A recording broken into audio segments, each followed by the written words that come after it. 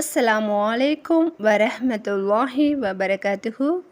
ஃபஜருடைய தொழுகையை தொழாமல் தூங்கிட்டோம்னா என்ன செய்வது என்பதை பார்ப்போம் இன்ஷா அல்லாஹ். நாம் தினமும் ஃபஜருடைய தொழுகையை தொழுதிடுவோம். திடீரென ஒரு நாள் அசதியில் தூங்கிவிடுவோம். அப்போது நாம் என்ன செய்ய வேண்டும்?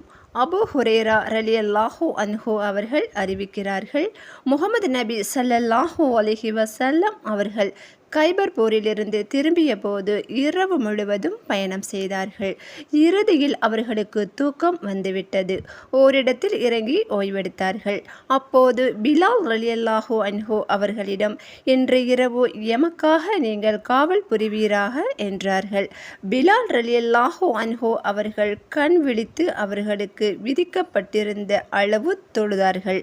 அல்லாஹ்வின் தூதர் முகமது நபி ஸல்லல்லாஹு அலைஹி வஸல்லம் அவர்களும் அவர்களுடைய தோழர்களும் உறங்கினார்கள். ஃபஜருடைய நேரம் நெருங்கிய வேளையில் பிலால் ரலியல்லாஹு அன்ஹு அவர்கள் வைகரை கிழக்கு திசையை முன்னோக்கி தனது வாகனத்தில் சாய்ந்து அமர்ந்து கொண்டிருக்கும் போது அவர்களை அறியாமல் சாய்ந்தபடியே கண் அசர்ந்து உறங்கிவிட்டார்கள்.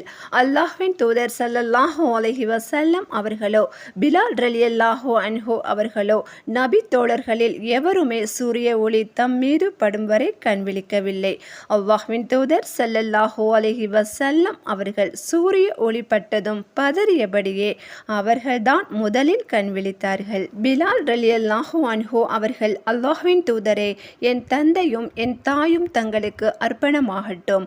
உங்களை உறங்க வைத்த அதே நாயகன் அல்லாஹ் தான் என்னையும் உறங்க வைத்து விட்டான் என்று கூறினார்கள். அல்லாஹ்வின் தூதர் ஸல்லல்லாஹு அலைஹி வஸல்லம் அவர்கள், உங்கள் வாகனங்களை செலுத்துங்கள் என்று கூற உடனே மக்கள் தம் வாகனங்களை செலுத்தி சிறிது தூரம் சென்றார்கள். பிறகு நபி அவர்கள் இறங்கி உலு செய்துவிட்டு பிலால் ரலியல்லாஹு அன்ஹு அவர்களிடம் இகாமத் சொல்ல சொன்னார்கள். பிலால் ரலியல்லாஹு அன்ஹு அவர்கள் இகாமத் சொன்னதும் நபி அவர்கள் மக்களுக்கு ஃபஜர் தொழுகையை தொழுவித்தார்கள்.